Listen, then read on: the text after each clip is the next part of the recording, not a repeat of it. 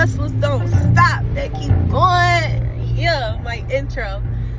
So, welcome to Redefining and Rebuilding NyAsia, Part 1, Spiritual Warfare. This is a new series that I'm doing on my Instagram, just to let you guys in instead of, not posting content and all that other bad stuff.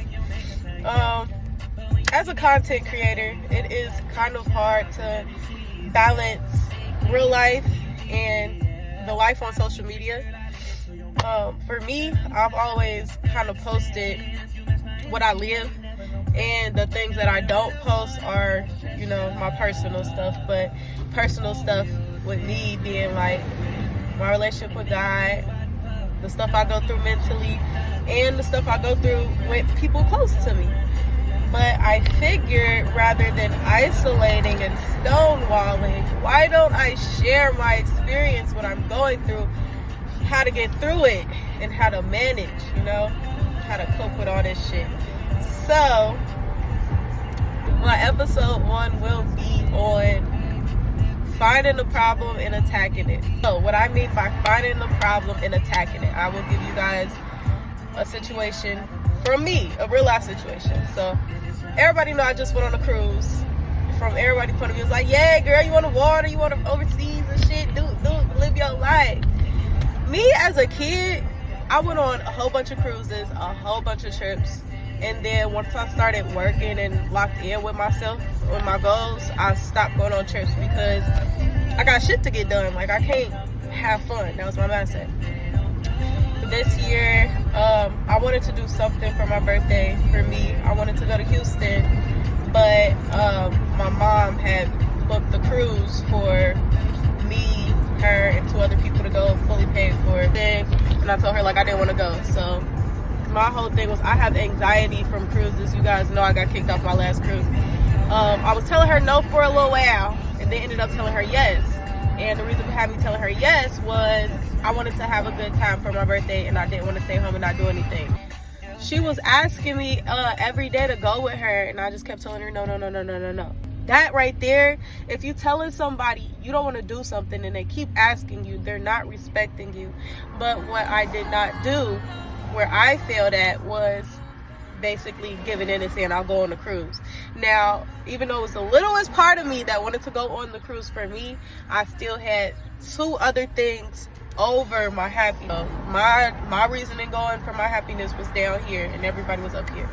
When I first got on there, it was nerve-wracking because my name was not on the list, and then my mom just thought it was all play and shit, but I was irritated from there. So my whole thing was I shouldn't have went because my intuition was telling me not to go. But somewhere in the midst of it, I flipped and went, and I don't think I had a clear ground of perception and just going there to, like I said, have fun for my birthday. If I was going there to have fun for my birthday, I wouldn't have let anything get to me. My biggest lesson in that opened my eyes, because once I got back home, I felt a release of okay, I'm home. But when you're not in your right mind, you don't have a clear view or clear ears of what somebody's telling you or trying to get you to see. So my thing was, feel like this. Why do I feel like it's a block? I'm real good with self-awareness and picking out where I went wrong. My part, I played in a lot of stuff that I'm getting a backlash for, was just having part in it, little part in it, and I'm getting full backlash to where I done fell out with family, close friends, and all. But I also know that once I tuned in to myself, God is telling me, these people who I had around me, who I was focused on, fixated on, and loved so much, cannot go with me to this next season of life. And right now, I'm really just trying to come to terms with it, because I'm a lover. I'm a genuine person. I love people. And the fact that I can't take these people with me sucks. It breaks my heart. The one thing that I'm working on right now is getting closer to God. And one thing about me that's very weird is when I'm at my highest, even when I'm not at my highest, when I'm even feeling a little bit good, I thank God. I thank God all day, every day. Praise Him. Can't nothing get in the way of that.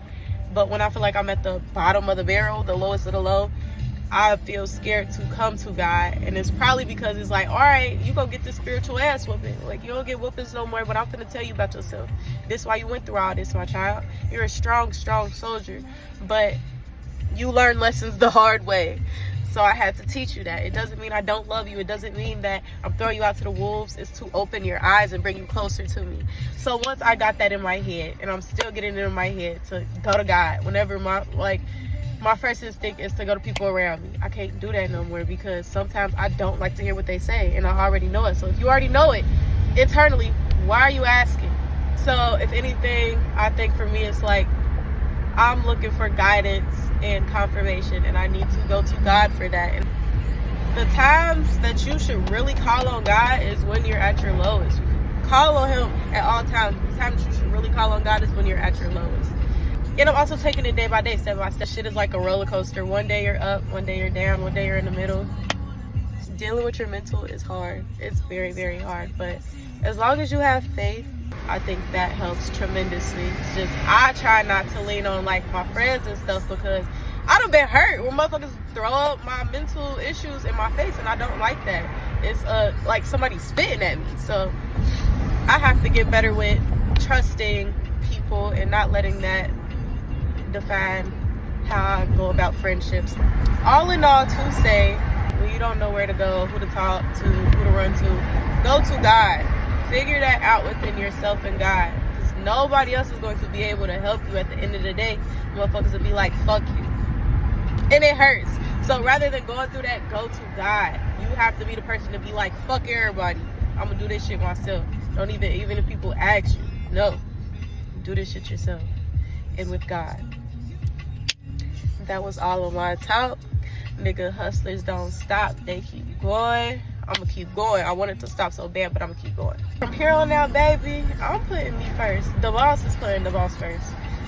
I'm so ready for this new path and journey. This is like my second testimonial.